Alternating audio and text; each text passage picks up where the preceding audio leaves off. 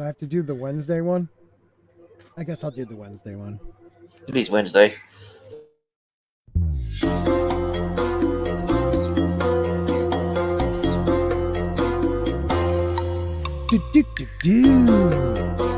This isn't the Mad Wednesday one, I guess. This might be a short episode if no one turns up.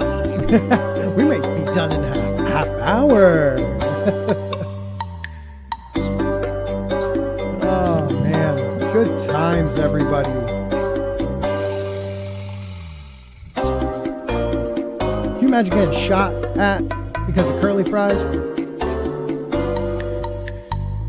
Terrible.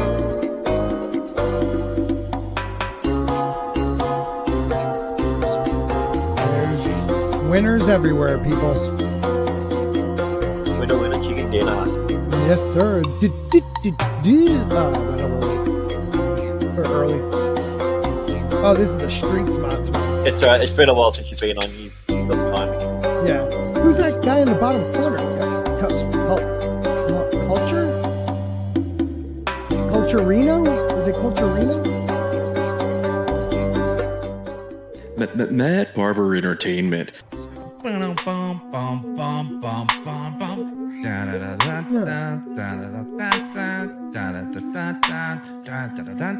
For life. Prophylactic life. I really need a new intro. I think the only person that still comes probably. regularly is let's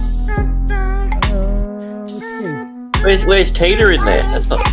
Yeah, we need a Tina in there. We need you, me. Wow, that goes on forever. Hey everybody, how are we doing tonight? All one of you. Yeah, so how are you guys doing? Oh, Lil Chad just showed up. We have a Slender Dad and we have a Magoo, yeah. Oh, your house what? A shay? House a shay, bar. All right. Give us the ciggies, you go. I like it. Gentlemen, how are we tonight? Lil Chad, how are you? I'm doing pretty good. I saw Ahsoka and I'm getting over that. It's like COVID. It's a little bit gross. Yeah. I know. It left me feeling fatigued for about 24 hours, but I think I'm starting to get past it. Yeah, Get the headaches. Yeah, I know the feeling. We'll be talking about it. Slender Dad, you? How are you? I'm good. I just finished making my chicken while you had the credits rolling. Oh, eat up, man. I'm gonna try and eat this at some point. Yeah. You go. Feel free, my friend. Roll Tide. And how is Magoo? Yeah, I'm good. I'm I'm telling them, darling, it's all right. Yeah. She wants you to know. What do we need? Yeah. She wants me to make sure that to tell you that she's actually happy that you're on stream. Oh well, wow. Yeah. Someone is. That's nice. Yeah. That makes me feel a little bit better. You know. Just a little bit. I mean, I don't want to talk about it, but I want to talk about it. Okay. But I'm here. Detail. I'm here. We're here on Rumble. We're here on the YouTube. So please follow me over on Rumble. That'd be great. I would love to see you over on Rumble. But it's fine to be on YouTube too. They care about me and tell me that nothing's wrong with my, notifications going out, even though most people tell me they don't get them. But who did get them? We have the beautiful Miss Martin Muses. Great channel, guys. So please make sure you check her out. We have Keely Chow in the house. We have 2005. I like curly fries too, but that's sad. Dude, I love curly fries. They got to be done right. There's a place, I don't know if you guys ever been to Pittsburgh, but in Pittsburgh. Oh, yeah, all the time. Yeah, I thought you Oh, but USA, no, never. Yeah. Oh, you guys got a Pittsburgh? Do you? Yeah. That's weird. It's a little shitty town. Steel miners by any chance? Coal miners, actually. Okay. They like battle each other. That's kind of cool. Or help each other. I don't know. But it's called The Original, or, when you're in the Berg, it's called The O. And they give you like a paper bag, like a shopping paper bag, halfway filled with curly fries when you order a large. So good. So Pittsburgh's a fun place to go. I love Pittsburgh. I always tell my friends that if you wanted to shoot a movie for a functioning post-industrial wasteland, Pittsburgh's Mhm. kind of where you'd like to go with. Yeah, As opposed to Detroit. Detroit is the apocalypse wasteland. Pittsburgh is the functional post-apocalypse, zone to yeah. go with. They've done a lot in Pittsburgh though. They've Yeah, PNC Stadium, that whole Oh my downtown God. area where they kicked everybody out and rebuilt it. Dude, I lived on the north side when it was Three Rivers, and when I mean a ghetto, it was a ghetto. And it was like I would watch, pimps and hookers come out of this, I guess it was a bar. It was all concrete. I don't know. And that was kind of when I was, ripping and running in my addiction. So I would throw firecrackers at them and hide in my house and just running around probably naked. I don't know. It was fun. At the time, Throwing crackers at pimps. yeah, I was firecracker blue, and then it was a weird time of my life. But they redid the South Side. The South Side used to have like a not grimy. It was like a little rundown, but it was like very, there was artists and musicians, and it was the mid '90s, so everybody thought they were gonna be a rock star. It was a lot of fun, man. A lot of fun. I worked at a great deli. They down did that there. in Washington D.C. too with the National Stadium. Mm-hmm. Like when the baseball team moved in. Yep. They went to like the riverfront, which used to be the down out like grungy clubs of a certain persuasion were generally there. Right. And it was really funny because they accused the Nationals people of being homophobic because they got the city council to eminent domain all those clubs out of existence to build the stadium. No way, dude. And they're like, you're just doing that because you don't like the G people in the town. And they're like, no, they just don't want anybody else there. This is now gonna be it's all super expensive. It's high-rise apartment condos, Right? like high-end bars and stuff all right around the city, and they just kicked all those people out. It was What's a G people? I'm trying to be YouTube friendly since nobody cares. They're the happy people. If you were watching right. the Flintstones, they're the ones who have a G old time. Yeah. Okay. Yeah. I So there's not always this part. Germans. Got it. Yeah. Dawn of the Dead was filmed in a Pittsburgh mall. I think What it was are you afraid Monroeville. of, Tommy? The Germans? I think it was Monroeville, actually. I used to live in in between Pittsburgh and Monroeville. It was called Regent Square. It had an awesome little hot dog place because Pittsburgh was weird. Like where I grew up, you have liquor stores. You have liquor, beer, and that's where you buy it. Not state run. It's privately owned. You have to have a liquor license. They sell you it there. Pittsburgh, if you want 6 packs or less, or maybe a little bit more, you have to go to a bar. But if you want like larger amounts of beer, you have to go to a beer distributor. And if you wanted liquor, you had to go to a liquor store. It was like the weirdest thing. Like I never knew you to be able to be like, yeah, I'll take a couple beers from the road as I'm driving away from the bar. I always found that one a little funny. I don't know. Yeah, they're called roadies. Yeah, the roadies. Yeah, yes. Yeah, We call roadies. them road pops. Road pops. Keely Chow says Pittsburgh is a great city with a crappy baseball team and a good football team. I say they're both crappy, but I consider myself a Pirates fan, even though I live in New England, because I really never cared for baseball that much. And I had a lot of fun going to like $5 night in their brand new stadium. So that was fun. So I say I'm a Pirates fan. So if they win, I can ironically be like, I was always a Pirate. I love the Pirates because it's always the cheapest ticket if I want to go see a game down here. Oh, You can it go must be. if it's a weeknight game against the Pirates. Yep. If you can't get those behind the stadium like club presidential suite ticket things, Absolutely. the stuff that includes the beer and the food. Yep. On StubHub, you can get some of those tickets sometimes for like $50. Isn't that crazy, dude? And you can get enough food to cover that cost easily. Easily. We used to go to Shea Stadium box seats company I worked for was like a bank that had MasterCard and Visa, and they had like in Yankee Stadium and Shea. So I went more to Yankee Stadium, but they had boxes behind home plate. Holy crap, man. That was fun. Got to live the dream. Live the dream for just a little bit. I will never own one of those. But you know who else won't? Ahsoka Tana. I don't know how that factored. That was the best segue I've ever heard. Thank you. At least someone liked it. That segue was Disney Star Wars level, so it's appropriate. Dude, it makes sense, right? Yeah, that segue was actually better than the episode. Somehow, Sporking segued to Ahsoka. Right? A segue. How did that happen? Somehow it happened. That's it. That's all you have to say. Disney Lucasfilm Star Wars.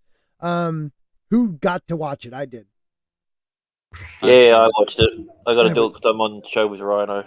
Okay, so well, I Jack Sparrow talking that about stuff last night. Talking about Rhino, can you tell everybody about the GoFundMe for his sister? Yeah. So currently at the moment, Rhino's sister's going through a bit of a hard time. She beat cancer one time, and it has come back now. So I'm just gonna copy her GoFundMe in the chat here, guys. If you could share it out, you don't have to give any money, but if you could at least share it out and everything, she's having a bit of a rough go at it at the moment. So she's got to raise $30,000 to be able to get the chemo and potentially radiotherapy. So but Rhino's one of my close friends, and he's a friend of the channel. So anything that you could do that could help is much appreciated. So the link is in the chat. Rhino's one of the better dudes I've met in this fandom. He's just Rhino. Like you get. He doesn't change. Yep. He doesn't change, and I would love to get to meet him in person. You too, of course. So please, this. How many times has she gone through this now? This will be it's the second time through. She beat it, and then it came back, and so it's a little bit more aggressive this time. So yep. So far they have 48 donors or donations, and they're a little over 8,500. So if anybody can help, it will definitely go to a good cause, a great cause. Rhinos. We're also doing a fundraiser stream, our next full Aussie, for her specifically. So amen. All right, that should be a good one. Yeah. No, Rhino's definitely cool with it, man. And even if he's not, it's his sister. We're gonna help no matter what. So yep. So if you guys can, if you can't, please share it on social media. Make sure you tag Rhino, tag us. Make sure we send it out too. We'll just keep sharing until people help. Yeah, appreciate it, everyone. Thank you guys. So anyway, something a little bit more depressing. Ahsoka. Yeah, I was just gonna say that, dude. Good job. I was like, you know what? The wrong thing happened there for me. I took a second to say, is this appropriate for me to do? God bless you. You didn't even think. You just went with it. Well, it's not like you're like, and now we're gonna turn our attention to the cancer growing on the Star Wars. Oh my God, it's over with Star Wars. Dude. So what the writing was terrible. Nothing really happened. There was stupid reveals that basically proved that the erasure of the franchise isn't happening. So what? 9 out of 10? Is that how we do it? Yeah. 9.5? I believe so.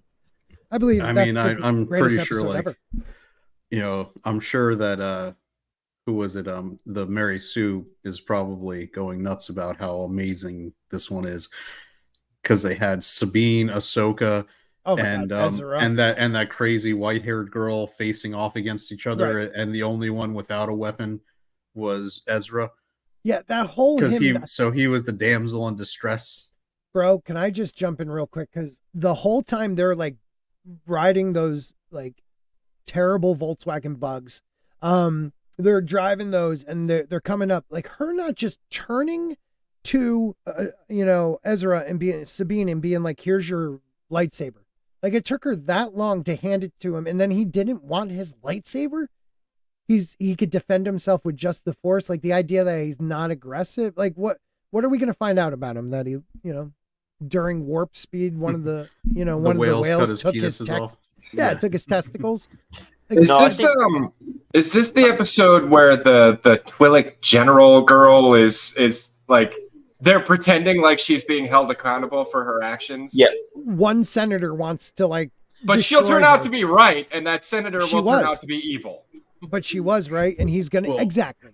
She Well, got bailed out because they sent C-3PO with like a note, like apparently Princess Leia is like the principal of the New Republic, and can just write an excuse note for sending off a Right. fleet division. Yeah. I guess Yeah. they ostensibly made her the head of the Defense Council. I get like they really should try to explain the structure of this government a little better. I'm so confused. Yeah, it doesn't make any sense. Yeah, It we're seems a lot definitely like not. the American government at this Well, point.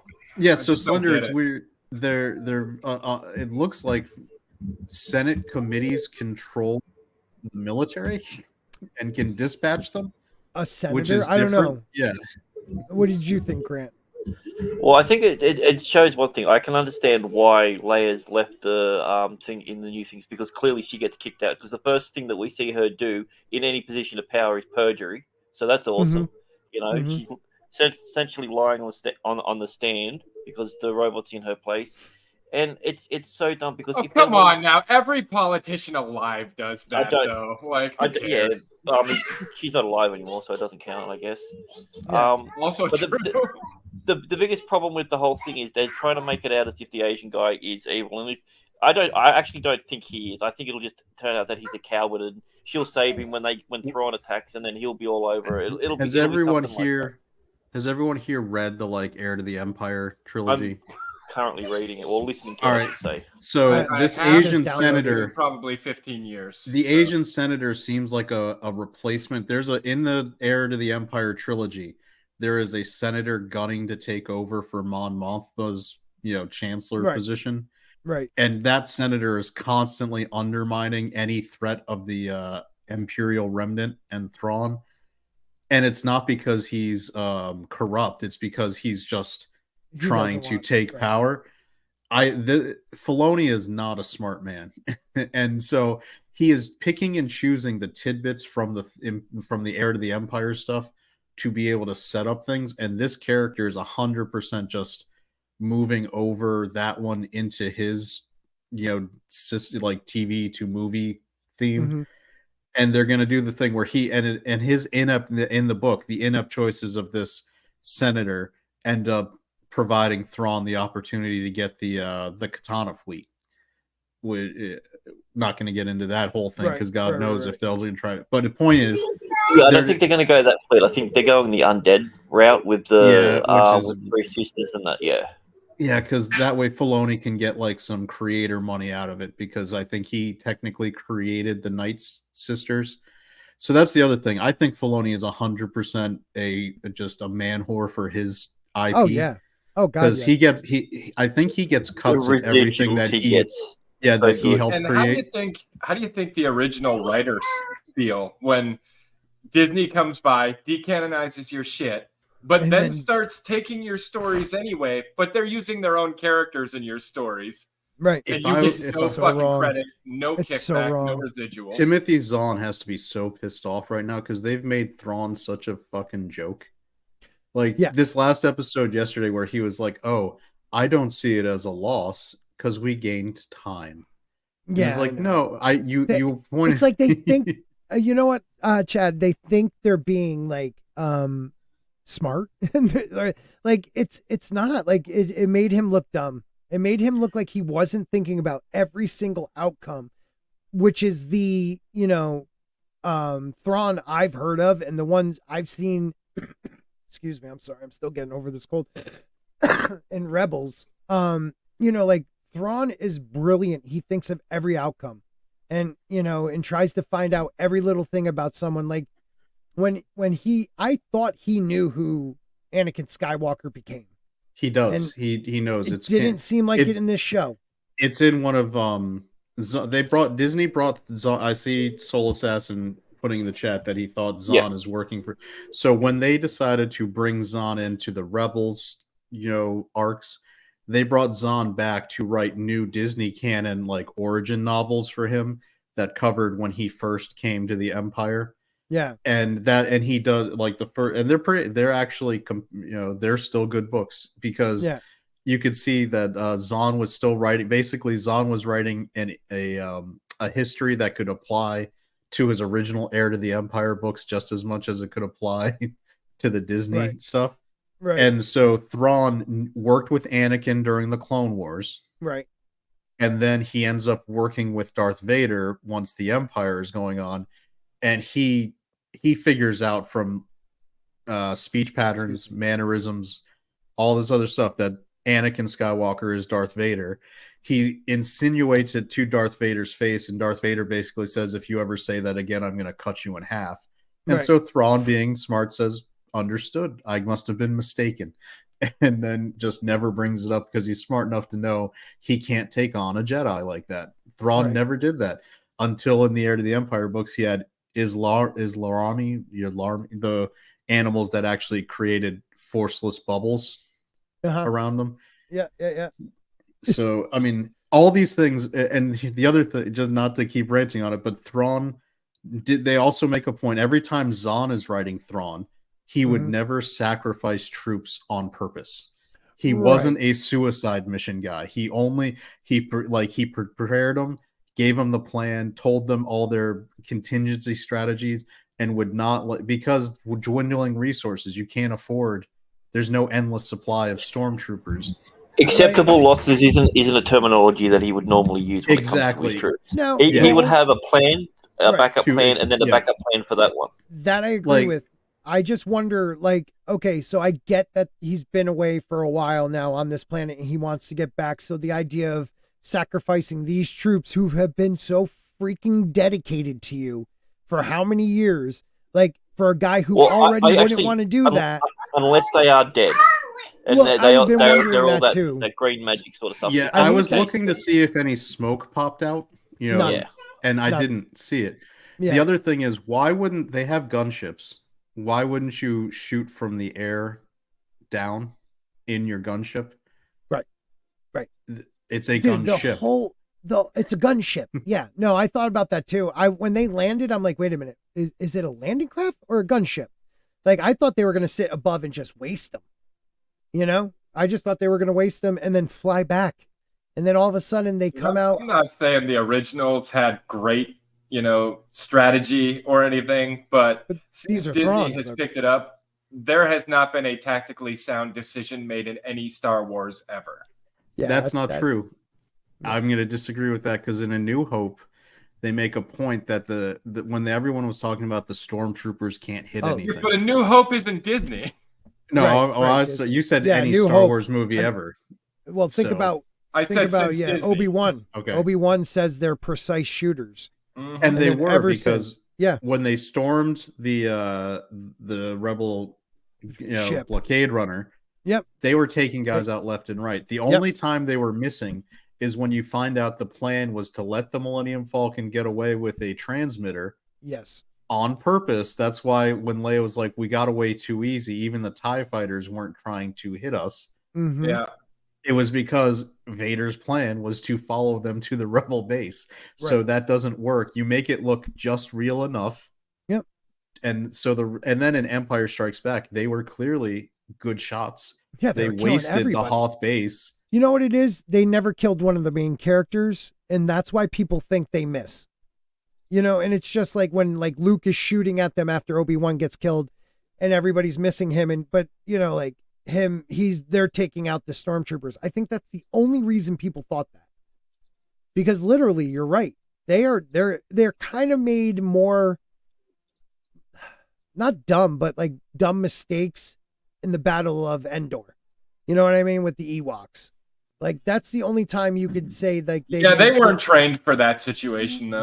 And so what people don't, if they go back to Lucas's history, he was obsessed with Vietnam, as everyone around that era was Vietnam. Yes. He was actually supposed to be the first director of Apocalypse Now. It's a known thing that he backed out of that and let Coppola take over.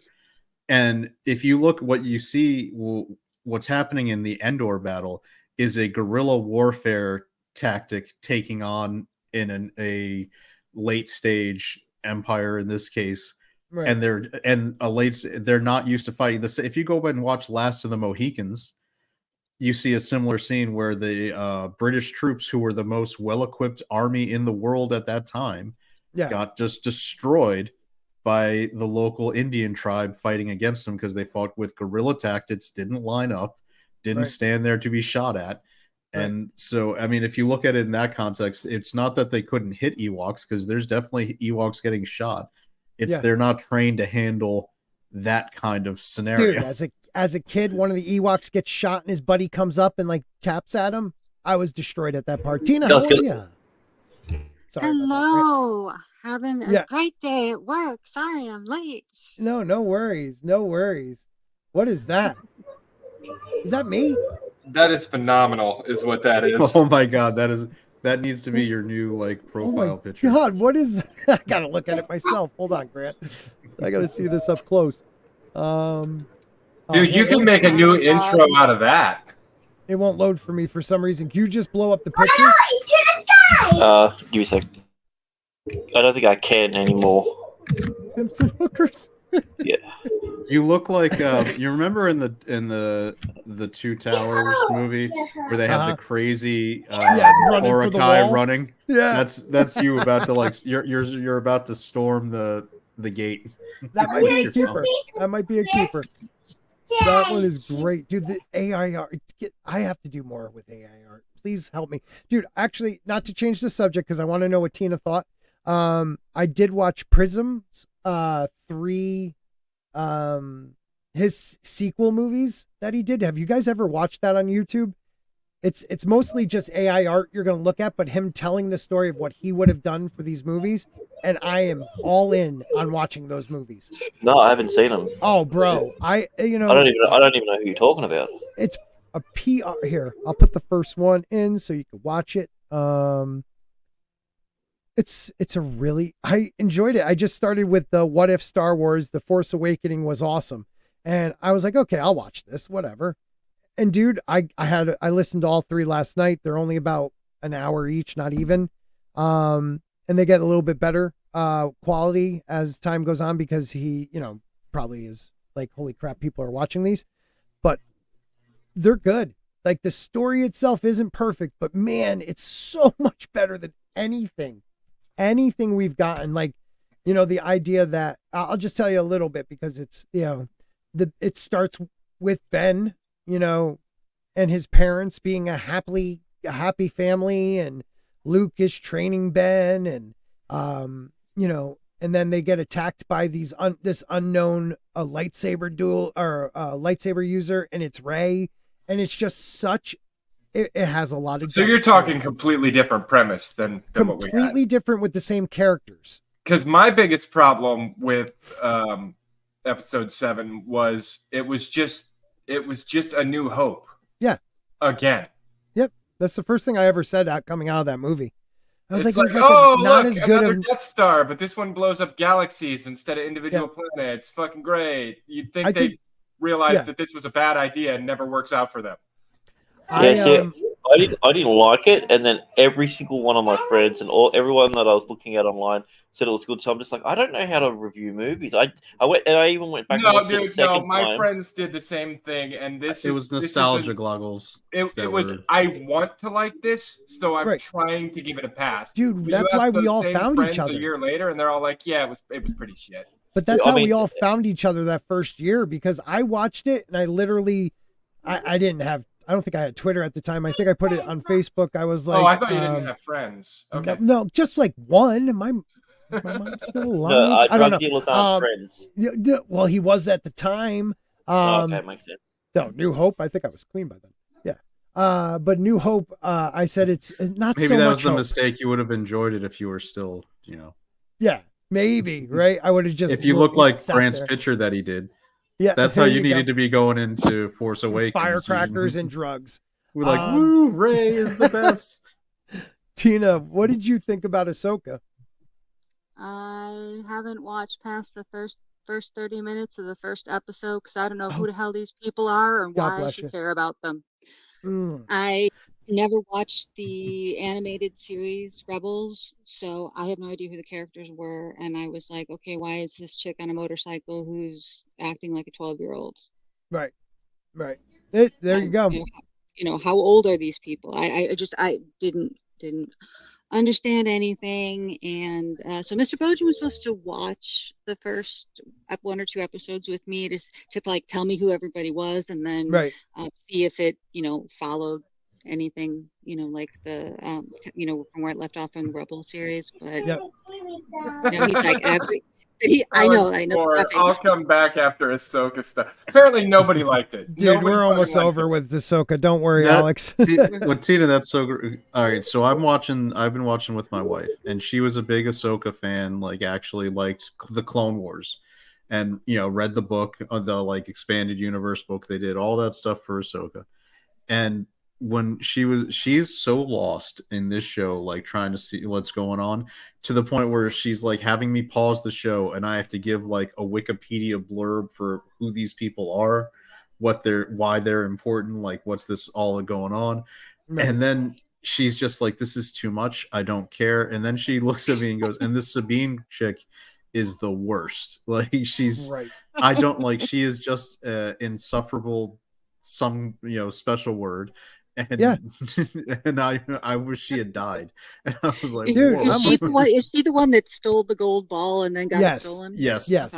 She's just she's not likable at all. She willingly gave them to the bad guys, knowing that she'll have no way of getting back, just so she could see Ezra, who is just a friend. They made it pretty clear that there's no relationship there at all. And she had no clue if he was alive. And no clue, yeah, exactly. Oh Jesus! Yeah, it's shit. But she's the hero because she might be force sensitive. Oh jeez. Yeah, it's not good. Well, also, they retcon the force that you don't actually have to have midichlorians or anything. Everyone can use the force. They've just got to concentrate. Yeah, you got to just work at it a little bit. Yeah. So every single person is force sensitive now. Like Ahsoka's literally go jump in the water because I hear swimming is just like that, Yeah, exactly. Just dive right in. Yeah, well, dive right in. Speaking of swimming, Ahsoka did stay underwater for 2 days. Pretty much. While she was hallucinating. Yep, she was drowning for 2 days and survived. Was it 2 days? Well, there was 4 changes in scenery. Yeah, I mean, you're right. They left. And how long did it take the other group to get there? Holy crap, I never even thought of that. And Jace could hear her fighting, so it was happening in real time. Yeah. Yeah, well, Mr. Bojan took one look at Ahsoka. Yeah, sorry. Took one look at Ahsoka, like, backflipping in space with lightsabers. Yeah. He's like, I'm out, so forget it. I retract my offer to watch the show with you. I'm with you. I am so with you. It's so stupid. And it's sorry. You can see Filoni is so limited. Like if they were gonna do the Thrawn, they should have called in the right-hander, like like it's baseball, and said, "Hey, Timothy Zahn, I need you to come in and write Thrawn for me because I'm too stupid to figure out like tactical moves that make him look brilliant." Because in all of the book versions, Thrawn never loses. That would have to pay him though, Chad. That you're missing the entire exactly. Point. This way, Filoni gets all the money. Yep. Instead of having to, because he knows he doesn't have to put out a good Star Wars thing. All he has to do is have something in there and go, by the way, JJ, what do I do again? Member berries. Oh, look at this. He's C-3PO. I think that's why they went with Mikkelsen, because since he's 25% fatter than the Thrawn that's in the books, Filoni can probably take credit for changing the copyrighted character. Yeah, and also because he probably gets residuals for anything like that as well. Yeah. Definitely. Yep. Plus the body positivity thing. He'll get credit for that. That doesn't work for me. And positivity. And I'm going to tell you that you can see how he's telegraphing all of the Heir to the Empire stuff. Shin is going to be the new Mara Jade. Her to the Empire. Yeah, her to the Empire. Yeah, so Shin is going to be the new Mara Jade, where she was, working on the dark side and then gets redeemed to come over. Except she's probably going to be in a lesbian friends relationship with, Sabine Phoebe. Instead of Luke. Of Luke and instead of Luke and Mara. It's gonna be. Oh, well, it's terrible, dude. It's terrible. But real quick, I'm sorry. Real quick, I want to say hello to the 14 people watching on Rumble. That is the first time we're outmatching YouTube. but my notifications don't go out on YouTube. So please move on over to Rumble. I'll try to focus on those. And YouTube. I won't disrespect those on guys. The back end. I didn't get a notifications. No, and YouTube told me it must be how you guys have it set up. That's what they told me. It's bullshit. It's like, oh yeah, it must be your subscribers are dumb enough to not realize that they've got notifications off. Yeah, it's ridiculous. No one gets notifications. I've got that bell lit up for all, and same. It kind of sucks, man. It sucks that they like, I'm nothing. I'm a little channel, and for some reason they have it out for me. I might have said a few things to them during my demonetization period through email, but I was just being honest. Mm-hmm. And they just well, that's your problem. They don't like that. Yeah. So I'm gonna send. Let's see what happens. Notifications not going out. So here's Machina Draws shared some screen. I don't know if it's like a little app or whatever that he runs, and it lets, like, it indicates whether or not you're shadow banned and gives all kinds of different levels. I saw that. Yeah, Lorena Creole retweeted that. Oh, really? Yeah.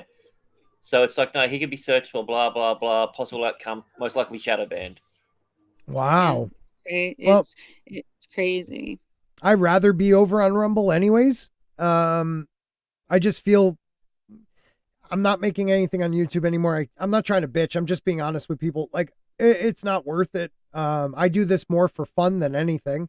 I don't, there's not the interaction with people with YouTube anymore because notifications aren't going out, and people that I always saw in the chat just, unless they remember, oh yeah, it's his show right now, when there's 9 other people, live at the same time, they might jump on. But, over at Rumble, at least they try to push out your stuff to new people, new viewers, and, you get unique views and other views. So you can actually see, like, they're trying to.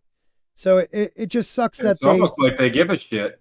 Yeah. And it's like, look at Zach's, me, it happened to you, Grant. Like, if you're not like preaching the right thing, and they catch you, and then they strike you, and they demonetize you, and really never give you a reason, and tell you that a person is going to check this out when you respond. And when you respond, you get a respond back in less than 30 seconds saying it's denied. Yeah, we watched a 10-minute video and decided that no, it doesn't meet the requirements. And I'm like, dude, it hasn't even finished uploading yet. Right. Yeah. It's just ridiculous. Yeah. Rumble just has to fix their chat and sync, and it will. Oh, God, the API with Probably StreamYard would be the dream. Rumble doesn't want to open up their API. That's the biggest problem. They don't want anyone to have any access to their back end. And I understand that. Like, what I do is I keep Rumble open on one side, and I keep with the 2 monitors, and I have StreamYards on the other. And I wish people used the live chat more, so I knew they were there and I could answer their questions and let them, give them shout outs and stuff. But it's I'm not trying to bitch again, but you know what? It sucks. We had a lot of fun building up YouTube, building up a community, and they found a way to destroy a lot of our channels. Yeah. Oh, I think Zach's hits the nail on the head here. Rumble just has to fix their chat and sync with StreamYard. Yeah. Yeah, but if they work better with StreamYard, we'd have probably moved over there a long time ago. Yeah, I get that. It's just like what Grant just said. They would have to show what backend? I don't know. It's their API, so it's their access. It's basically allows you to use their programming in things. So, like, say for instance, they'll have to. It's essentially a key to their back code. So, right. If you know the API calls, you can do some nasty things with those. Well, all I can say is integration. Yeah. That's what, you don't want to give that stuff away, and Tina and you guys must know more than I do about that. But let me just say something real quick before you guys talk about it. If you're on Rumble and you don't want to, be in the chat, at least hit the thumbs up button. So at least I know you were there. And thank you very much. And follow, of course. And follow is a big thing. Follow Sporking's channel. Follow. It's fantastic. Just got another person just now. So thank you very much, whoever you were. In the chat, ratings out of 10. Just put a random number. You don't have to say anything. Just a random number about his. Yeah, we're not going to tell you whether 10's good or bad. It's up to him. I'm dying over here. So the best sport rumbles. Jeez, the best sport streams are without sport. So I'm gonna have to go and get some sleep because last week I stayed up way too late, and that's how I got this whatever's going on with my chest. So Alex and Zombie Box and all you guys and Zax and everybody else, thank you so much. I really released the McCracken is here. What's up? I appreciate all you guys and Chad, Slender, and Tina. You guys have been coming up big for me lately, and I really appreciate you guys. So talk about whatever you want to talk about. You could bring up this article because I love how they try to do this crap. Something wrong with your chest? You saying? What's that? Yeah, so you got something wrong with your chest. Yeah, my chesticles. It's 95% pure oxygen. Everybody's. It's the ganja, it's the marijuana.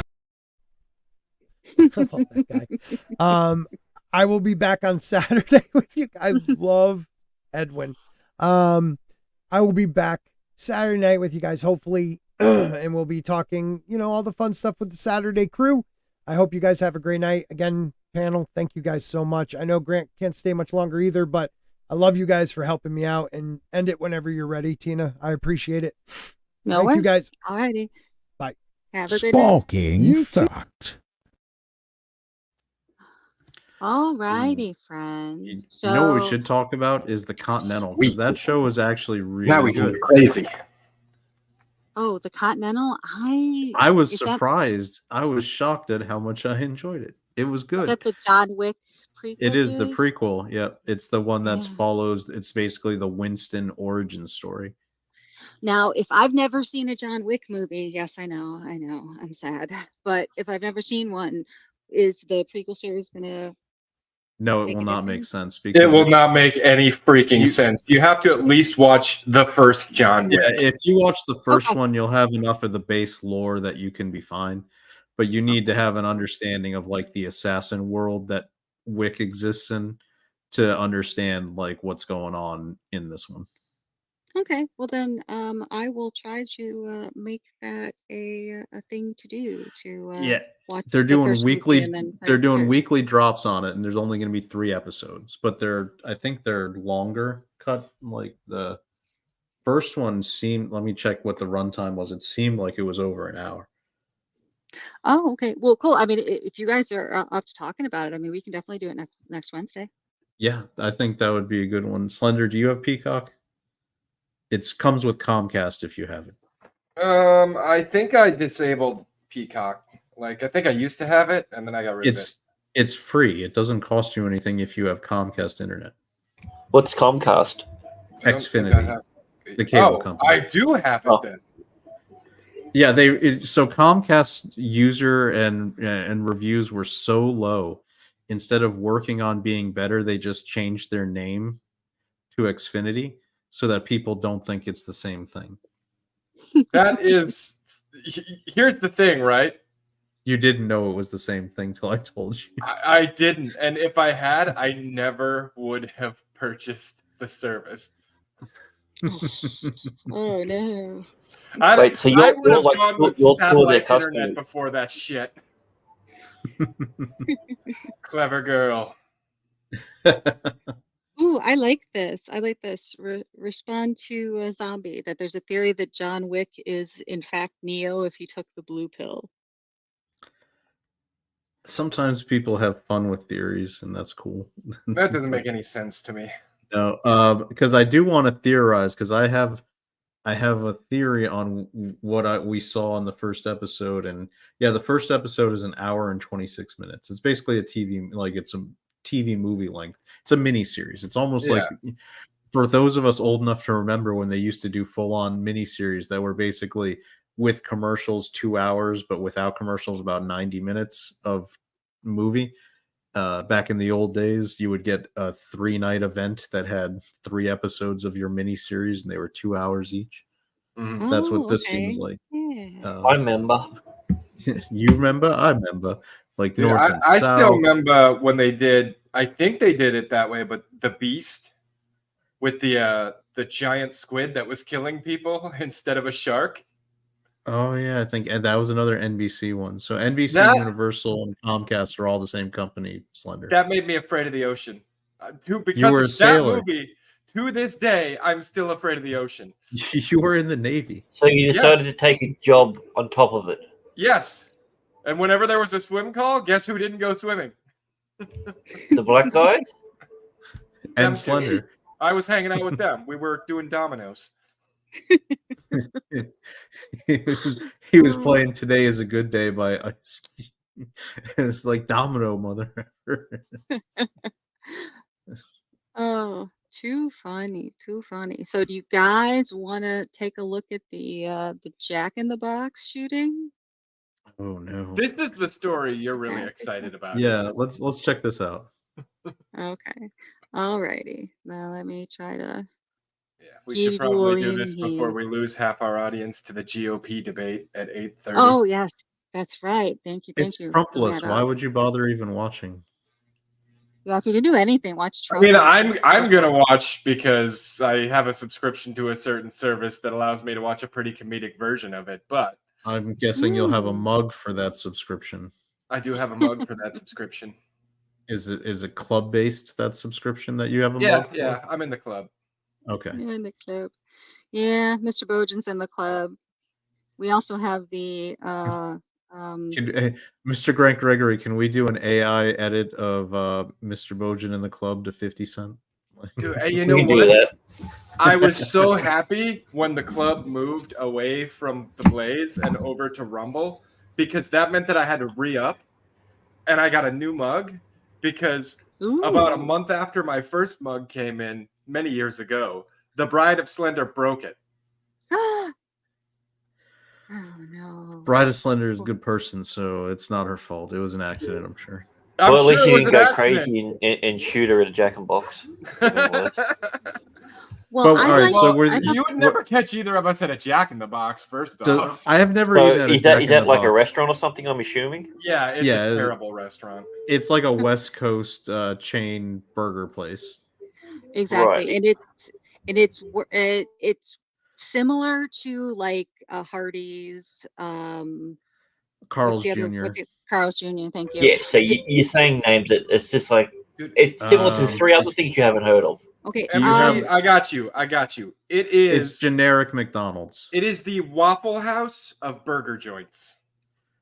What the fuck's Waffle House? Oh my god, you don't know what a Waffle House is? If this had happened at a Waffle House, the entire team would have shot back. Yeah. Okay. You know what we'll have to do next stream is we'll have to next week pull up the Waffle House video. House videos, where the lady catches the chair and like throws it back at him. So it's like an IHOP. It's like an IHOP, but like low scale IHOP. Do you know what a Denny's is? Yeah, because Denny's out here is ice cream. So. Oh, okay. Never mind. That's not the same place, thing. Because I was about to say, Jack in the Denny's Box here is to famous McDonald's for being the first place to do breakfast all day, as Denny's is to IHOP. So. Yeah, see, I only know IHOP because it's always referenced in TVs, and it was in an episode of American Gods. Alrighty. Well, for once, this particular article here is not a customer being inappropriate to someone who works at a fast food joint. It's actually the other way around, because an employee tries to shoot at a customer over missing curly fries. Now, Grant, is it okay to run the video, or is like Fox going to claim Scott? I'm not too sure with Fox, so just play it anyway. Okay. I can always clip it out afterwards. I think Fox is one of those ones that will be ridiculous about it, but we can go. Okay, yeah, we it's can not claim Fox fair News. use. Yeah, it's a Fox affiliate, so exactly fair use. So I will play it. There's not really any sound, so if it doesn't share, don't worry. And so I'll talk just to try and keep it going as transformative as possible. But in this video, does the dude actually like bust out a piece and start shooting? At the moments, a Jack in the Box employee opened fire on drive-through customers. Now, this all happened near IAH. Yeah, we can actually hear her talking. Oh, good. Fox 26's Gabby Hart joining us live in studio. So, Gabby, this video, really shocking when you look at it. To say the least, Rashi. Now, many of you might Wait, remember the pause. story. The That was a family had weird- their dog, their 6-year-old daughter. I'm sorry? That was unusual. She's like, our very own Gabby Hart joining us, I would figure from the scene, but no, in the studio. So we can talk about it. Why didn't you just have her standing next to you? I don't know. She even said that was. You can even say at the beginning of it. She's like, "What the fuck did you just say? Wait, what?" Yeah, she looked quite confused, like she wasn't going to get thrown to. In the car with them when they got into a dispute with an employee over missing curly fries from an order at that Jack in the Box. And for the first time, we're actually seeing the video of how it all played out. On March 3rd, 2021, Anthony Ramos picked up his pregnant wife and 6-year-old daughter from IAH. They drove to a Jack in the Box right near that airport. Watch as Ramos pulls up to that drive-through window. He's then greeted by Alania Ford. And once his food was handed over, an order of curly fries were missing from the bag. When he asked for them, he was told no. That's when the argument started. You can see Ramos in his red pickup truck going back and forth with Ford. I'm sorry? Seems that This way, is yeah. a woman here, and the Ramos is the male customer who's inside the truck. Don't bring your Matt Walsh questions here, Slender. I would hesitate to point a gun at a man that size because that was a big freaking dude. Like, you better know what you're doing if you point. Yeah, but you've got to understand when you get a big woman and she wants your curly fries, she usually gets your curly fries, so she's already in defensive mode. Look, I'm gonna also just logistically, a big woman, you better make sure you have a caliber that can handle that too, because unlike males, there's gonna be more layers that have to be gotten through to penetrate to organs and make the person go down. Dude, So- I mean, the thing that confuses me about this the most is I thought women were incapable of gun violence and only violence was conducted by men. Well, you will see that it's not very capable gun violence. But is this a common occurrence? Like at work, you'll just have a piece on your side, like when you're serving a customer or something. Like this looks like it took place in Texas, so yes. Okay. Continues. This went on for roughly 9 minutes before things escalated. Watch this. 9 minutes. Ford walks away from Fighting the over window a curly second fries time. for 9 minutes. She pulls out a gun from her pocket, checks it, and then puts it From her back. pocket? Another employee approaches the window to try and resolve the situation. But in the midst of that, Ford comes back and starts arguing with Ramos yet again. This time, Oh, she's doing that gangster thing with her hand. she starts throwing ketchup packets into his truck window. So he started throwing things back. The other employee closes the drive-through window and locks pause it. again? But then Ford comes back yet again, unlocks. Yes. I think I would have probably continued to, go to her at that point because they don't like giving you extra ketchup packets nowadays. Usually they're like, no, we only give you like 2 or 3. And I want or they're like a quarter a piece, and you can't even get. So if you're just chucking a quarter a piece ketchup packets at me, go right ahead, lady. Thanks. I'm just trying to figure out the cost benefit analysis of spending 10 minutes arguing with a dude over a little bit of curly fries. Just get the little container, throw in some curly fries, hand it to him, and let him go. Yeah, exactly. Did she see something on his truck that she didn't like? A bumper sticker or something that she just like, nah, fuck this guy. Flag or something. It's Yeah, possible, could be. or I mean, maybe he was rude when he was making the order. Who knows? I mean, he I could have doubt been it. screaming at her. I mean, but there's like Men are never rude to women. there's less than a minute left because she starts to because this one right here starts to go crazy. We would have. I think we've covered fair use. We can keep playing. The window, points her gun directly at Ramos, and starts shooting as he speeds away.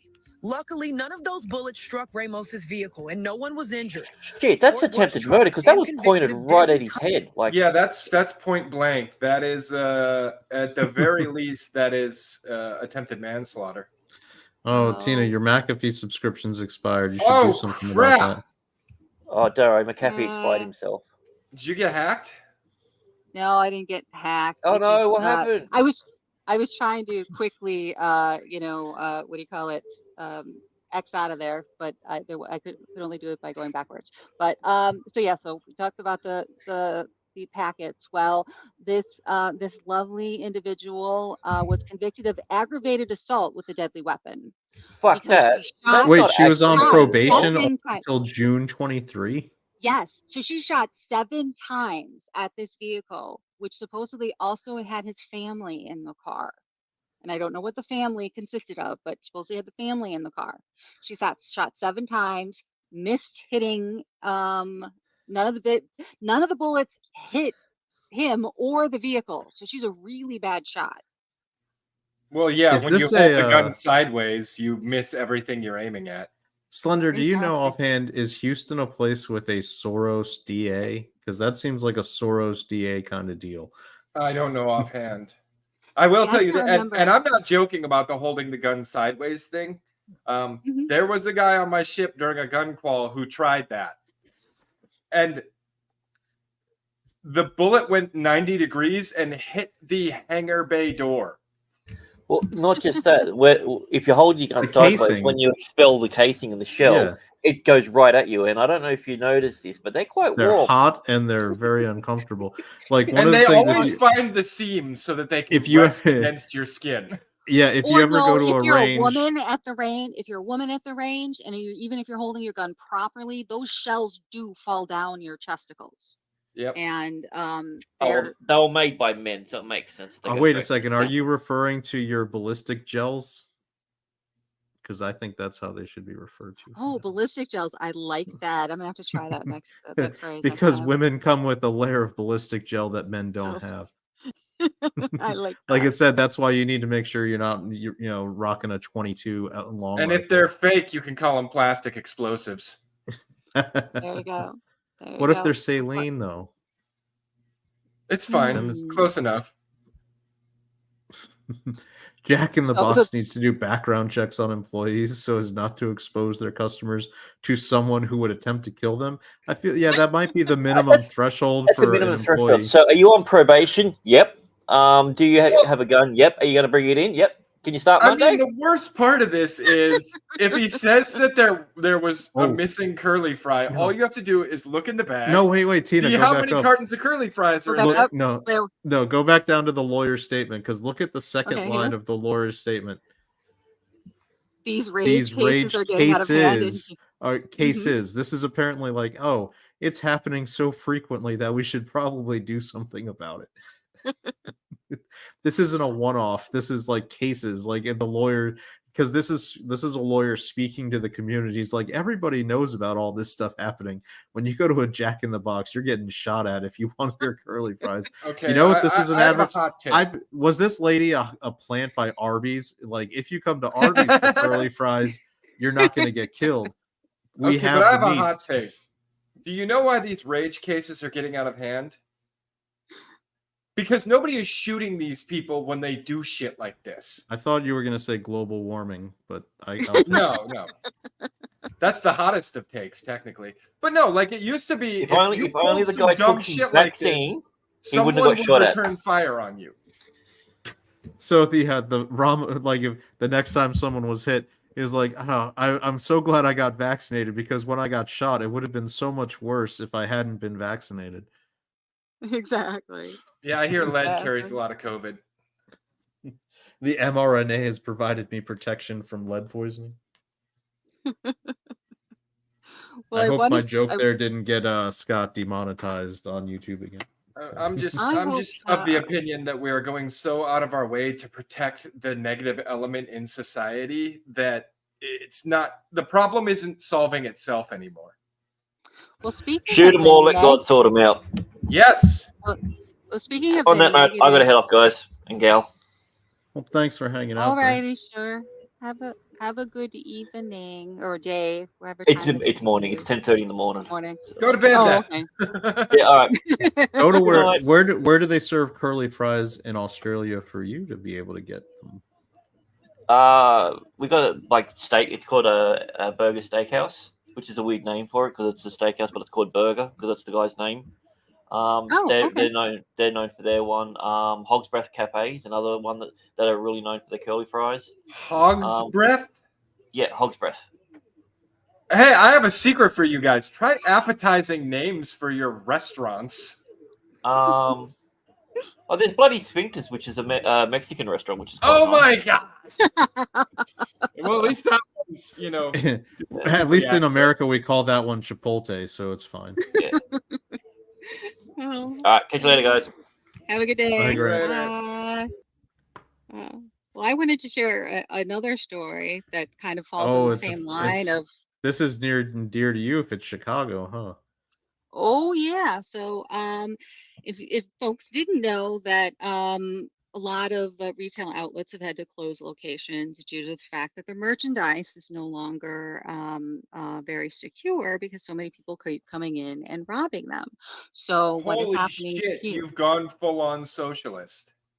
Yes, we have, because the Chicago, well, not we, because I'm just enough outside of Chicago for it not to matter.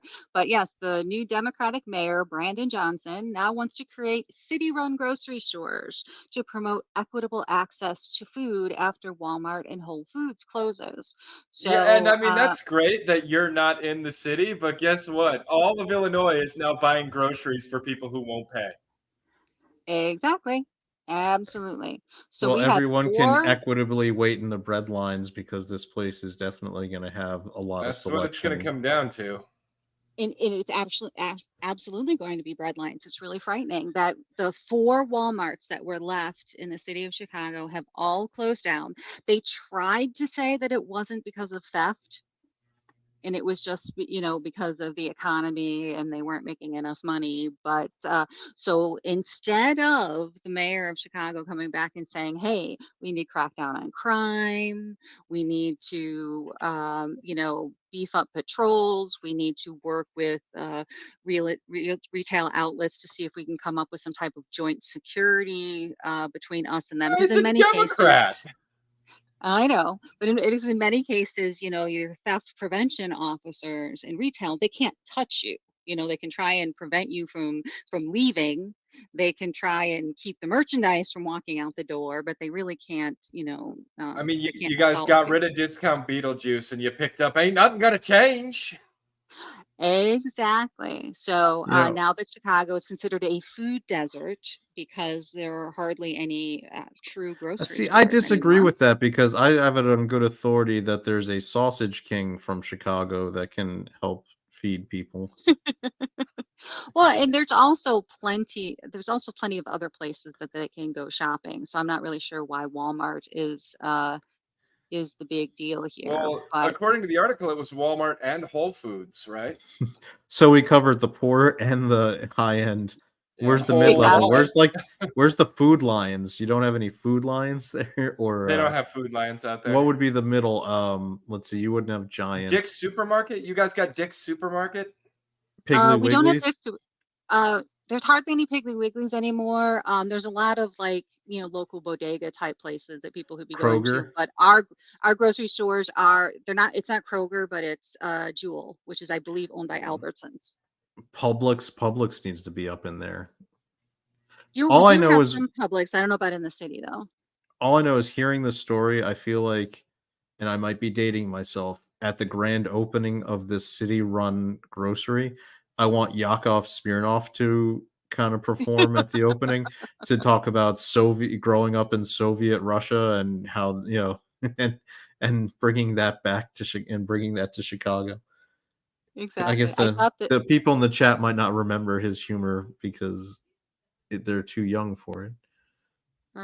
Exactly. He used to always talk about the bread lines, and you know, and I think wasn't he the one that mentioned something about stockpiling denim and reselling it on the black market because you know, just getting a pair of jeans. He would always be like, in Soviet Russia, you pay for college with Levi's and things like that. It never ceases to amaze me how you guys can have like the worst mayor in the world, and then you vote another Democrat in right after. Oh, Chicago will never ever have another Republican mayor.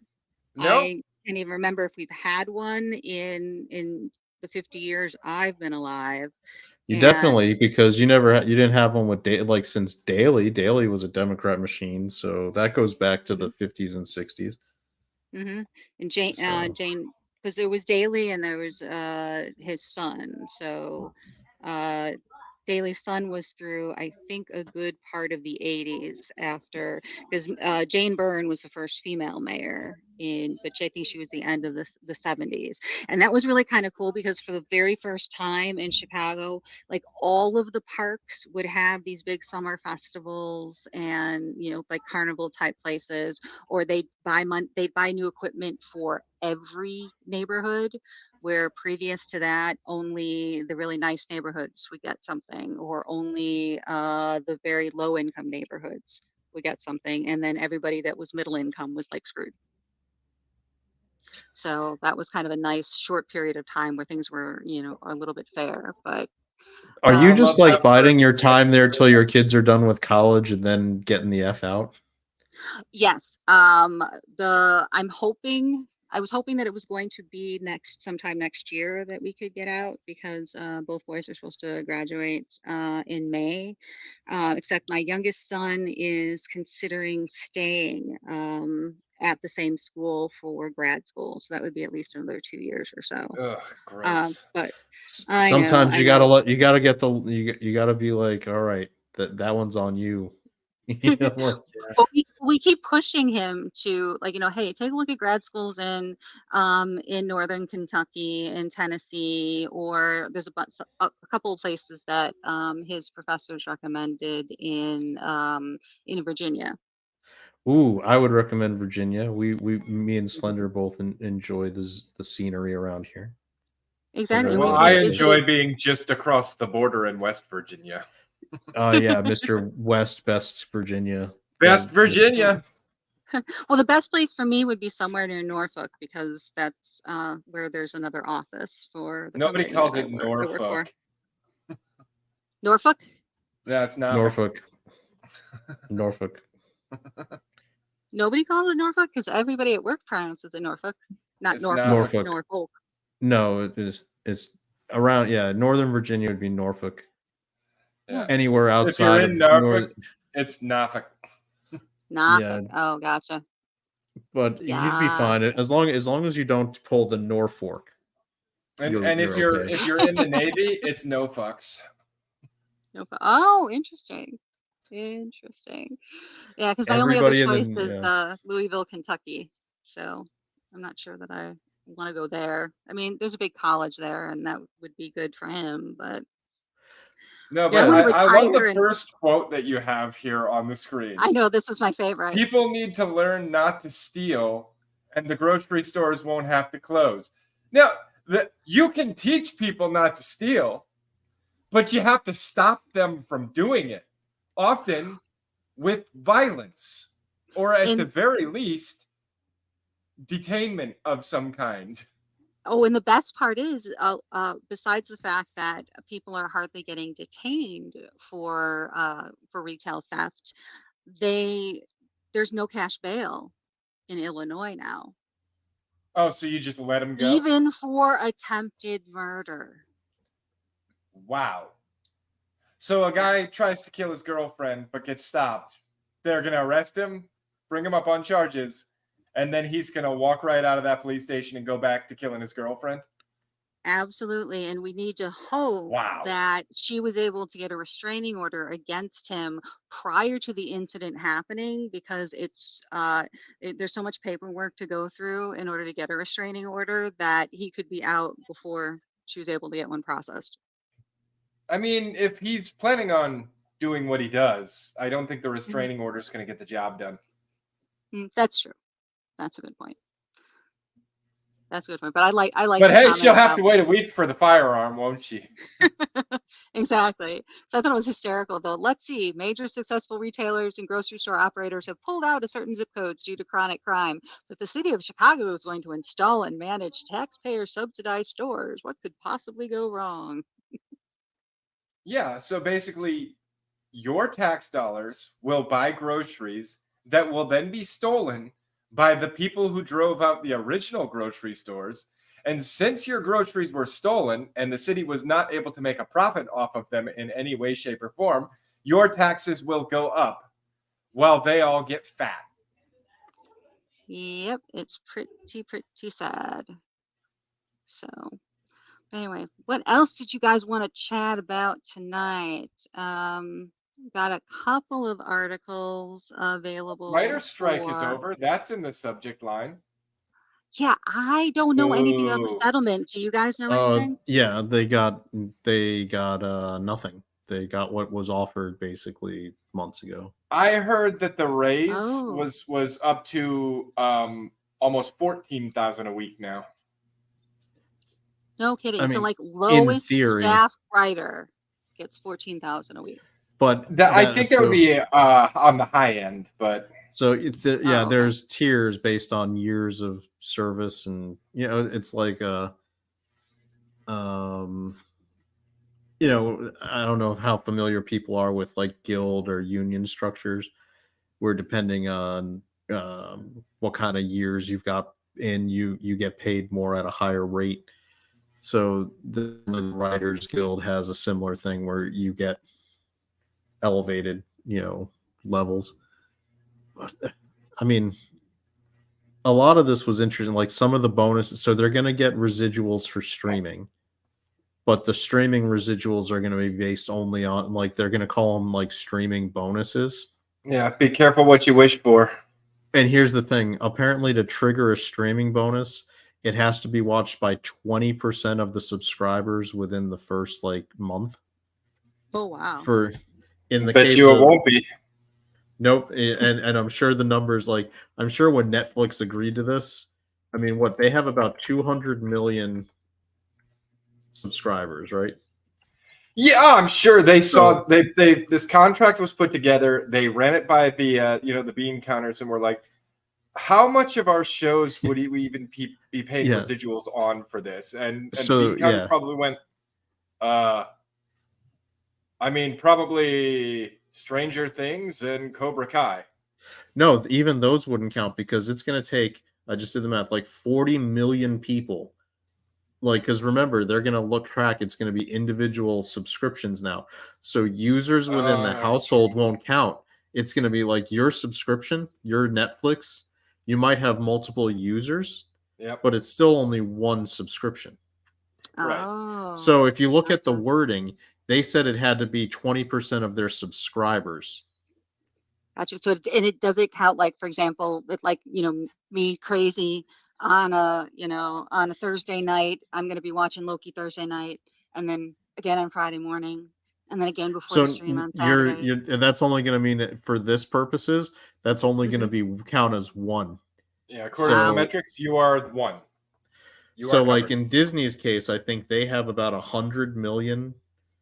So that would mean within the first 6 days, 20 million individual it's 20 million subscriptions would have to watch it, not users. So because households can have 5 or 6, 7 people within it that are, I know Slender has this, where you have multiple profiles for spouse and children and all that. You're one subscription, so you're going to count as one subscription no matter how many of you watch it. So when they were doing the streaming ratings before, they were talking about minutes viewed. So all of the people on the account would have counted towards that. And Tina, all the times you watched Loki would have counted towards it, because you would have watched multiple times. And so the minute count would have been in there. So in this WGA agreement, if you read this, the plain wording of the language is subscriber count. So it has to be 20% of the subscriber count of the service to trigger this bonus. Not users, not minutes, not any of that. And so I guarantee you that Netflix and all the rest of them have said, we don't have any shows that have ever gotten 20% of our subscribers to watch. Probably not. Not once, because even Cobra Kai and Stranger Things at most were rocking 3 billion minutes watched, but those were for whole seasons dropped at once. So let's say on average it's a 40-minute episode. They usually do 10 episodes. So that's 400 minutes, right? So right there you can see, so a 3 billion divided by 400 minutes. So that's 75. That's 7.5 million viewers. Mhm. So even Stranger Things not hitting it. Yeah. Wow. That's crazy. So I mean, I think the writers were too stupid. No, I mean, I shouldn't say they're too stupid. I think people don't understand how you can use language in a contract, and Tina, you might have a little more understanding of this. If you can substitute a word that might, because somebody else might have one understanding of that word and just let it go. In this case, Right. the Writers Guild negotiators would just think, oh, it says 20% of the subscribers, and in their mind, they're thinking all the users. Right. But when it comes time to actually paying that, the Hollywood people are going to be like, no, a subscriber is a subscribed account. I don't particularly care one way or the other. Yeah, I think they're getting more than they deserve. Well, my opinion is, I mean, if the production companies were willing to agree to it, then it's obviously what they think that they can afford. But the sad part is in the end, if it becomes too expensive, then these shows are just going to be canceled. I mean, a bunch of shows were recently canceled just because the writer's strike lasted 5 months, and they're like, forget it. The show was kind of on the bubble anyway. It probably, it was a kind of a I mean, in cost. addition to that, with these raises, they're like sequential over the next 3 years until the next contract negotiation, right? Mm-hmm. You've been not working for nearly 6 months now. Is the extra money you're getting from that raise going to make up the difference of making 0 for 6 months? That's a good point. I don't know enough about the writer cycle to know what did they strike during what would have been downtime for maybe television production, where I know movies are probably more of a year-round thing, but yeah, I don't know. Well, the actors are still on strike too. So here's what's the great thing. If I'm well, a the Hollywood actors are on strike, and they just authorized a strike with the gaming industry now too. Yeah, so if I'm a Hollywood studio and I wanted the best of both worlds, I settle the strike with the writers so I can get them out there, get them start banging out scripts. Mm-hmm. And then I keep the strike going with the actors so I can use force majeure to cancel all sorts of deals I want to cancel. Yeah. Then I make the settlement with the actors and I have scripts ready to go to start shooting on basically December, January.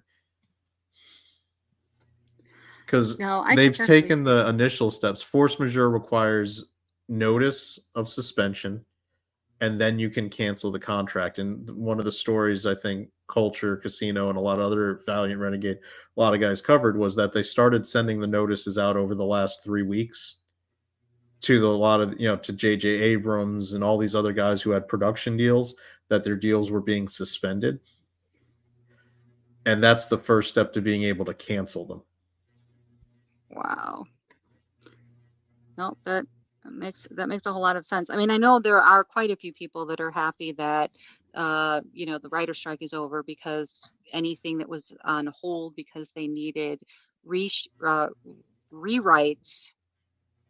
at least the writers are going to have time to do those, and then if they settle with the actors soon enough, I'm sad the writer's strike is over. I was hoping that Hollywood just completely would implode and collapse on itself, and we'd get new writers, we'd get new studios, we'd get new content creators. I wonder how long a strike would have to last in order for all right, so here's what the final. All right, I'm pulling up what the deals were. Oh, okay. Cool. So the WGA wanted a minimum pay increase of 6% in the first year, 5% again in year 2, and 5% in year 3. In August, so back in August, yeah, I haven't had a 6% raise ever. So back in August, the producers countered with 5% year 1, 4% year 2, 3.5% year 3. And guess what the final deal was? What the studios countered with? What the studios countered with back in August. Wow. Yeah, so they're going to talk. So the Writers Guild is going to talk about what a great win this was, and it really like during my time in the military, we were lucky if our pay raise matched inflation. And even after that, like I think it's been like between 3 and 5% most times, tops. Mm-hmm.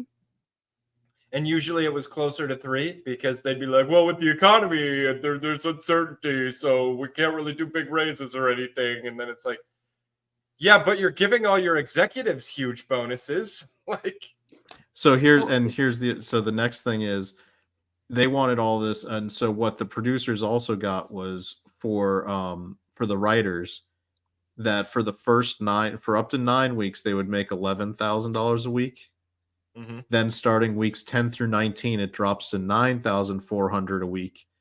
And then for weeks 20 through 29, it drops to $8,500 a week. So even with all those pay increases that are in there, the producers locked in rates that lower based on like if your show becomes more successful and you want to keep making more content, like if you extend it out, you get to pay the writers less. So that doesn't seem like a win to me. Yeah, I still like $8,500 a week. Like I don't think I make that in a month, man. Like maybe gross, but not net. Right. Do we have an idea of, for the average writer, how many weeks a year they're working to get that money? Because if they're Usually only around working that 9 weeks, because they'll usually I think I heard Script Doctor talk about it. Like they'll usually get one gig, 1 or 2 gigs a year, and they have to make, and that's still decent money. Mm-hmm. But they'll get like 1 gig and then be out of work for a while and then get just so you know, if you're making 11,000, like let's just say it's 11,200, right? Mm-hmm. In 9 weeks, you've got a 6-figure annual income. All right, so you remember the big deal was the writer's room. That was I think we talked about this. The WGA wanted a 6-writer minimum before the show was greenlit. And then they wanted 1 writer per episode for up to 6. So that would be 6 writers. And then 1 additional writer for each additional 2 episodes, maximum of 12. So that would mean that if you greenlit a Netflix show that has 10 episodes, you would end up with 8 writers required, even if only one, like even if it's like a Taylor Sheridan show or Tyler Sheridan, whatever it is, where he's doing all of the writing, that show would still have to staff 10 writers. The counter proposal from the producers was a showrunner picks 2 writers for 20 weeks of employment, not to exceed the length of the writer's room. So that basically the showrunner gets to pick who they want, but only required to pick 2. And then if they wanted to hire more, they could, but the guaranteed would be 2. And so the final deal was writer producers are required for rooms of 3 or more writers. So basically it was 3. They backed it down to 3. So it's after the show is greenlit. So this is, after the show is actually in production. It's 3 writers up to 6 episodes, 5 writers if they do 7 to 12 episodes, and 6 writers, including the writer. And this all includes the writer, producer, or showrunner, right? For any episode count 13 or more. And there is an exemption for a series where 1 writer writes all the episodes. So if you get one of those, guys like Sheridan who writes all his own stuff, that show will not have to carry any additional writers. Oh wow! Which means that, and guess what they're going to do now? Like Ahsoka, where Filoni is writing every episode, they wouldn't have to hire any other writers. And that would make sense. And then I could see them hiring maybe 1 extra writer per series to, touch up the script or tighten up the scripts, or possibly do the rewrites while, Filoni's working on writing, the next season of whatever else. I mean, it's better than having 8 people in there with exactly. 7 of them doing nothing. Yeah, that doesn't make sense. I mean, I understand the worry because this comes in a lot of the a lot of trade unions. And I understand the worry for the writers is that if they don't have enough low-level writers in the room, nobody's learning the business. Because George R.R. Martin's one point that I could kind of agree with in all of his rambling over the strike was that there's no incentive now for people to learn the industry like in the past. So when he was a staff writer on, I can't remember which show it was way back when, that he was able to like sit in with the editor and to learn how they do the editing and what that process is involved, because he thought that made him then a better writer. Or he would learn how the director or the cinematographer was doing their job, so that it all kind of impacted his ability to write for television better. And there's not really an incentive, or there's not somebody standing around not doing anything who'd be like, yeah, go sit with the editor all day, whatever. As long as they don't care, you can learn from them, and at least you become a more well-rounded employee. All right, so I got the wording for the residuals because I wanted. All right, so what the WGA had asked for was establishing a system of residuals based on viewership, based on viewership numbers, providing the streaming services.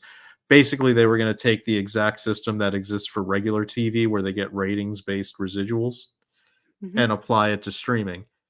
And the counter offer from the producers was quarterly reports on the number of minutes watched, so that you could create a residual system next deal and not actually pay one this time.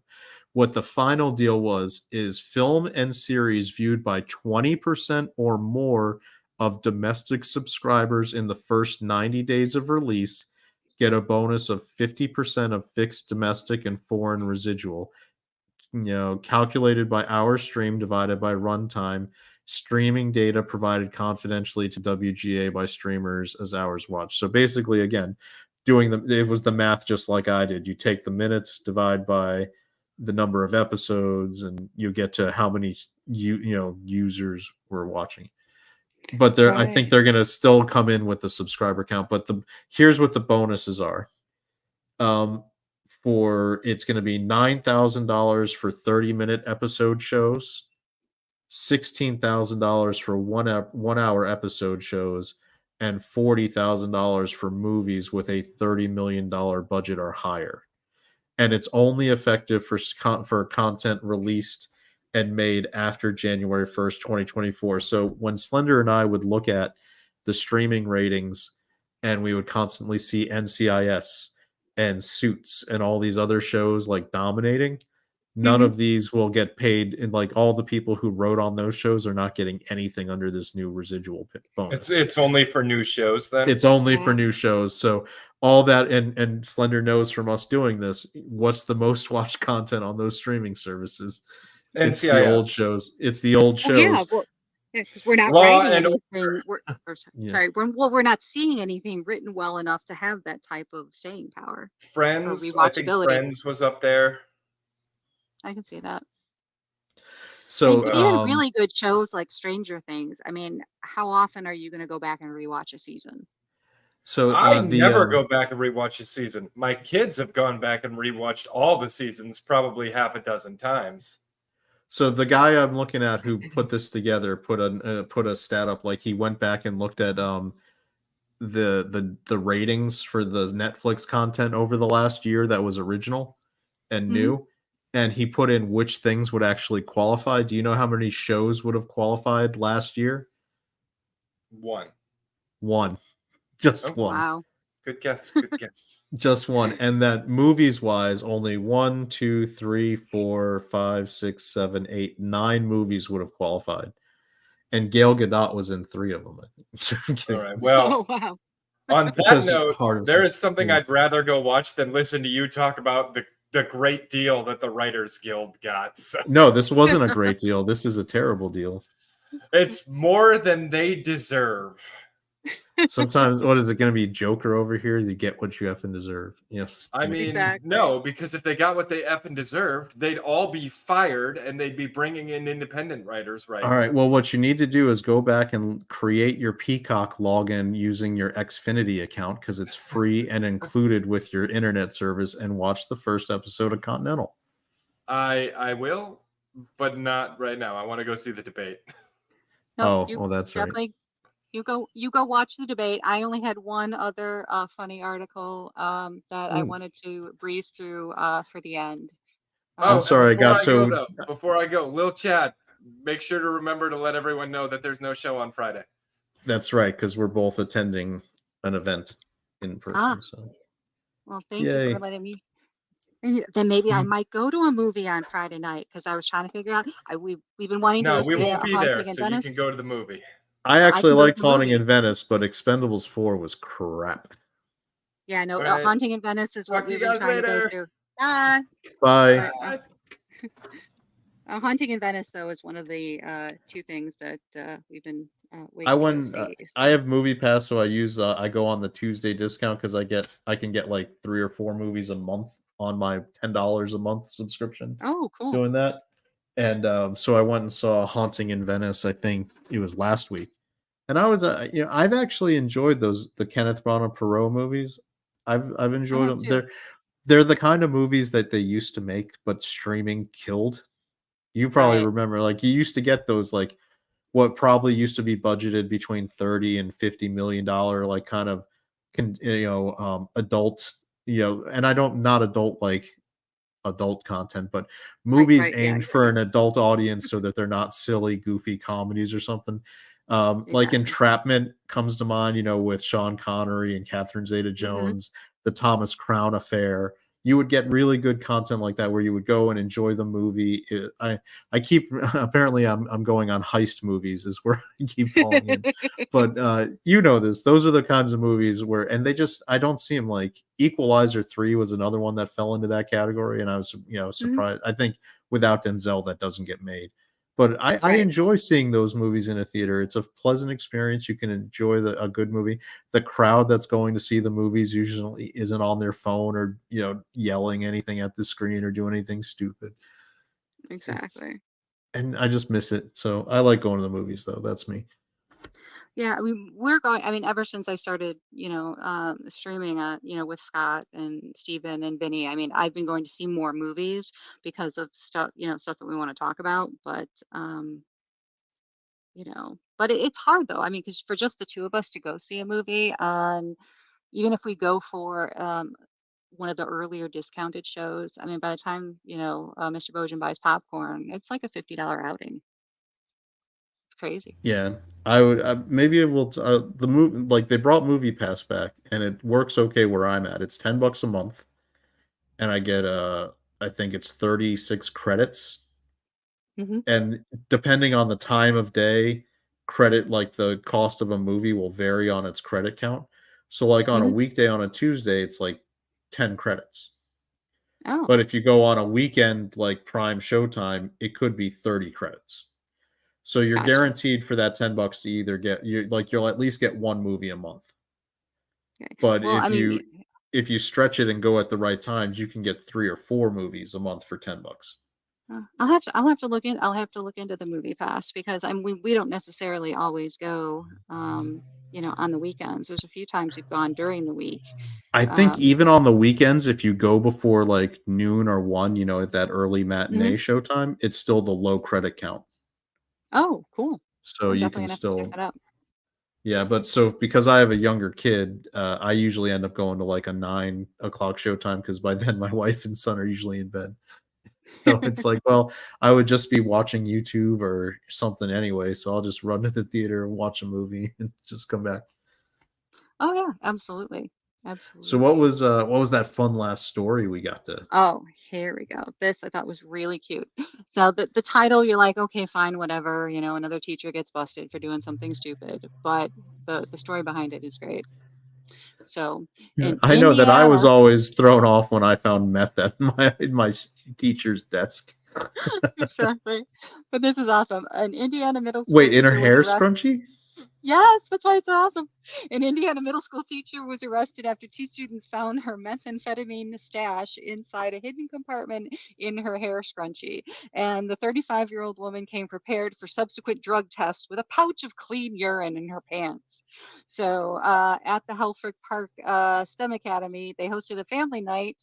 And so, family comes in, do all kinds of, science cutesy little experiments, and they're showing little reports the kids did. And at the end of the night, the teacher had posed with students in a photo booth, and in that photo booth, she Is that was. the picture of the teacher right there with the Yes, purple that's the picture hair? of the teacher with the purple hair. Yes, this is Yeah. her. This is her booking photo, and if you notice, she doesn't have her scrunchie in. Well, it says that both of the students stated that the teacher had let her hair down for the photo. And after the photo, the kids were cleaning up the area and they located her scrunchie. And they saw there was a white zipper inside the scrunchie.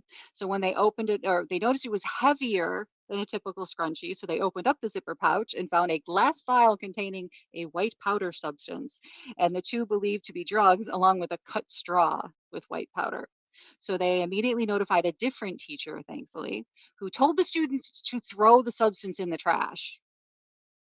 And then that teacher, who obviously wasn't interviewed for this article, said that she put the scrunchie itself in her classroom. Why you would have told the kids to walk away with the drugs and put the drugs in the trash, I don't know.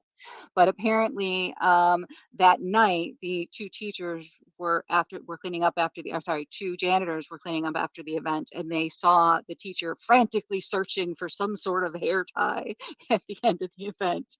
And security camera footage showed that, sure enough, that Duncan was wearing that scrunchie earlier in the evening. So she went to get this is a good part too. She went to get a field test for meth, and they found it on the scrunchie for sure. And even though they couldn't come back and find the actual drugs, because they were thrown away. But 2 days later, they asked her to come by for a drug screening. And the best part is, when they took a look at the sample, it did not reach the temperature for testing. So of course the teacher's like, well, what are you talking about? What would be wrong with my urine? That's the inappropriate temperature. So the best part is when the third attempt for the drug test, she actually dropped her, her stockpile of clean urine out of her shorts. So Oh no. so then the police were like, oh, hey, what's going on here? And she's like, I have no idea how that urine got in my pants. And then the best part is she tells them, but if you go search my home, there might be another stash of urine there. But if you find it, seriously, it's not mine. Somebody else I know is possibly using this urine to pass a drug test. So the best part is that she was booked only on one count of criminal possession, was released on $1,000 bond. Had this happened in Illinois, she would have been released no bond. And she was fired, obviously, the day after her arrest, and was not available for comment. So I thought, for the handful of folks that were still listening here on YouTube and that Rumble, that you might find that nice little funny laugh at the end of the evening. I thought those, the hair scrunchie, for anybody who went to school, at least I guess we were fairly close. It's a little bit, but I saw so many scrunchies. So yeah, the idea of a meth delivery scrunchie is just it's hilarious. Next thing you know, they'll be telling me it was on like slap bracelets. That Exactly. So I mean, I'm used to thinking, okay, fine, it's a fanny pack, or and like you said, like in a drawer in a little like pencil case or something. But yeah, I'm sure the scrunchies are originally there for maybe like for if you're going to go out jogging or working out and you don't want to, carry your, the key to your car, or, you've got a couple of bucks on you and you just want to, you don't have anywhere else to put it in your yoga pants or whatever, that you're going to use that for storage. But I wonder if it's now going to give people ideas, and they're start going to the store going, hey, I want that meth scrunchie. Do you guys sell it? Oh, the meth scrunchie. Oh, so. No, I want I want the was it? I want the Breaking Bad version. Exactly. So you guys working on anything that you want to promote before we end Yeah, for the night? I think hopefully people are becoming aware that we do the Ascendant Art podcast normally on Fridays at 9 p.m. Eastern. We're going to not be in this Friday because again we're going to a real event, so no show this Friday. But that's where, yeah, if you want to find us, if you search for Ascendant Art Podcast in the YouTube search or Rumble, either one, you should be able to find our channel, and hopefully you'll like and subscribe and enjoy the content. We've got I think 80 plus episodes in the tank now that are available to review if you want to check them out. And I know Tina's usually in the chat, so she gets shout outs pretty regularly because she's pretty active in there. So it's I think a good show. We don't really stick too hard to any specific kind of thing. It's more of a hangout, and we just kind of talk and have a good time. Yeah, it's a lot of fun, and I'm always laughing, and my comments sometimes get even funnier after I've taken my Ambien. So yeah, come on over. as long as Mr. Bojan doesn't remove her from the chat. He Exactly. sometimes he says it's you're no more chatting for Miss Bojan at this point. Exactly. But well, thanks for coming out, everybody. We had lots of awesome folks in the chat, and we've got a few people still left on Rumble too. So thanks again. Please subscribe to Scott if you have not. He streams 3 days a week. Monday nights we do a stream that's called A Spork of Ice and Fire, where we talk about all things related to George R.R. Martin's A Song of Ice and Fire series. We'll talk about the books, pine over the fact that there are no books, and then talk about the House of the Dragon series, especially now that we're getting little more and more drips about casting news, and that rumor has it this Friday they are finishing up at least the regular filming for season 2, and then they just have to wait to go through any rewrites and reshoots in another I gotta couple say months. that show is one of my favorite to just hop in and just ask and make fun of Scott for being so committed to those books coming out. Exactly. Because they're just like it's a grief. What did I say this last week? It was like I think it's a grief. Like you're going through the Exactly. We're a grief stages of support grief. group. Exactly. Absolutely. And those of you who love and miss Jane Theory, you will often see her in the chats Oh, for that Jane's a particular stream. sweetheart. Oh, she is wonderful. I absolutely love her. And I then of know. course Wednesday. I was gonna say I really hope I support her making whatever choice is right for her, but I do miss her content and hope that someday Absolutely. she'll come back and be able to be at peace and have fun doing it. Absolutely, absolutely. She said that she is definitely looking forward to season 2 of House of the Dragon, and she might join us at some point for that for those streams. So that would be awesome. But obviously, you're here for the Wednesday night dump, and then on Saturday nights at 7. Oops, I'm getting my wrong thing at 8:30 p.m. Eastern. Got to remember my time zones. We have Scott's new Saturday night streams that he calls Talking Random. He sometimes calls them Thinking Random, and he doesn't name them right, but come join us then. We have a lot of fun folks. You'll see a lot of the Wednesday night crew there, as well as a few others who stop by on Saturday nights. So please consider joining us in the future. And I'm 2 subscribers away from 100. So if there's anybody who wants to subscribe to me on YouTube, that would be awesome.